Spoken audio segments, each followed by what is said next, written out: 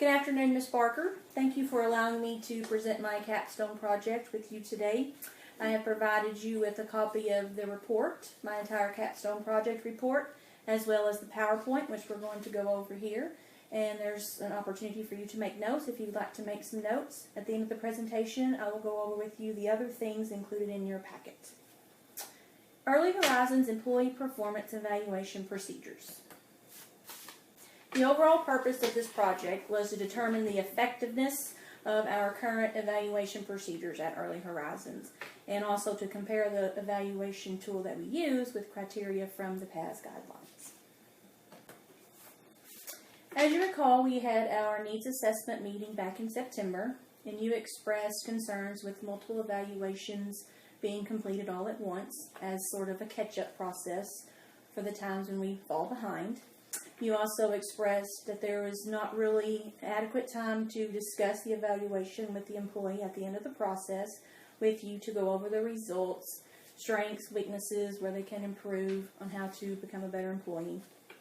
Also, you expressed concerns that some of the procedures do not meet all PAS guidelines according to the PAS scale. So I took the information from the needs assessment and identified the following problem.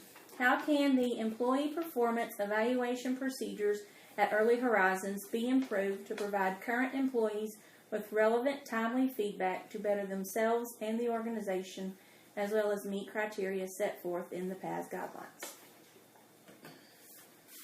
The first step was to gather research. I conducted two different kinds of questionnaires. The first questionnaire was a staff questionnaire.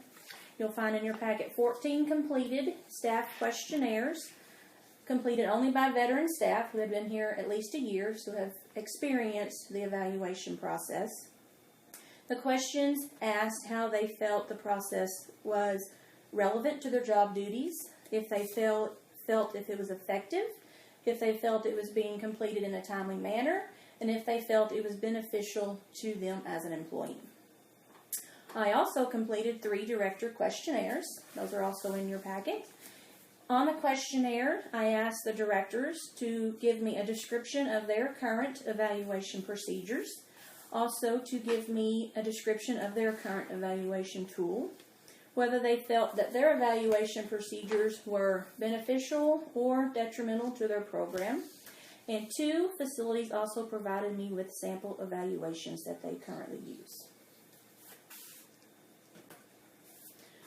Once all the research was gathered, it was analyzed. Questionnaires from the staff were counted and evaluated. Suggestions were read and evaluated. Sample evaluations and procedures from other directors were also reviewed, and the PAS guidelines were studied and compared.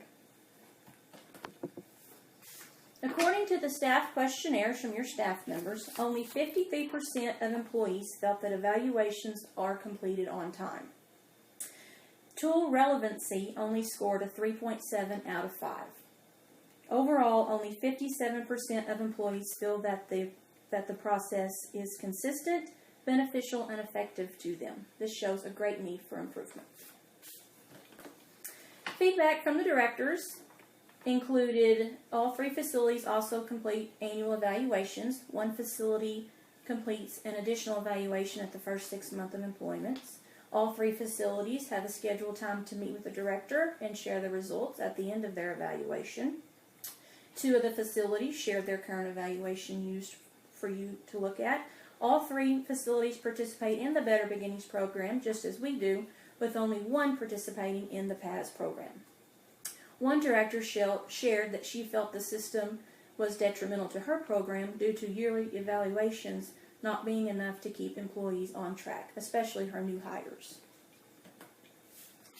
In looking at the PAS scale and comparing it to our procedures and our evaluation tool, it shows that we're lacking current evaluation tool for all positions, and that we're lacking time to discuss with director about our professional goals, as well as a follow-up on progress, professional development progress, performance progress, and any other types of progress.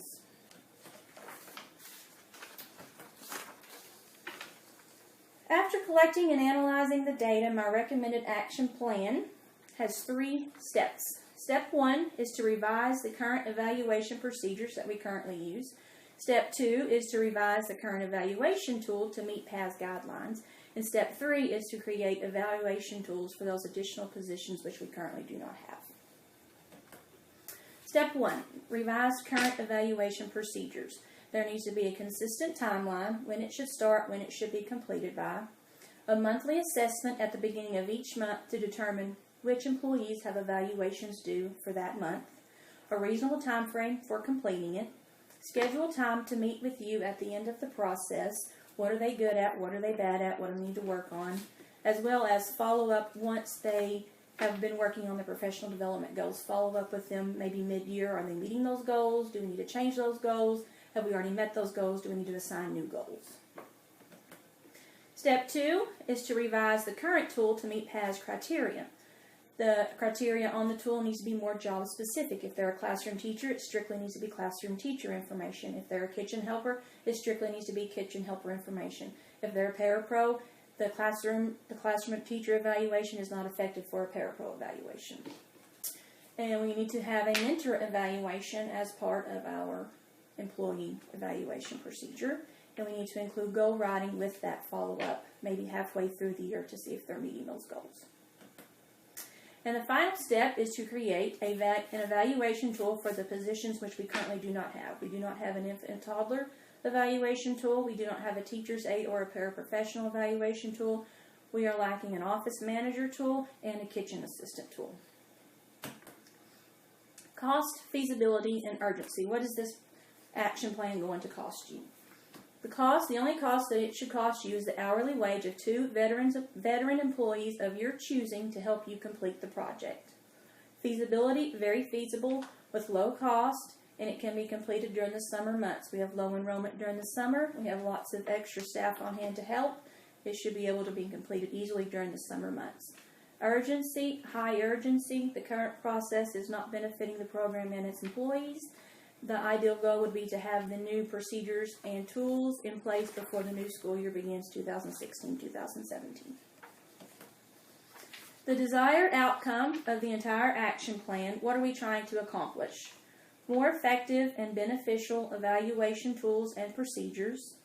We hope to gain a better beginning score by meeting all PAS criteria set forth on the PAS scale. And ultimately, create more effective teachers, which will create happy kids and ultimately benefit the program as a whole. And in your packets, if you want to look through those things, there's a copy of the PowerPoint for you with all the information I have included. There are the 3 director questionnaires with all their answers for you, as well as the 2 sample evaluations that they provided. There are employee evaluations that I collected at the staff meeting in January, and then a copy of my entire report for your review. And I thank you for allowing me to share this with you. If you have any questions, I'll be more than happy to help them, and I look forward to working with you this summer. Thank you. You're welcome.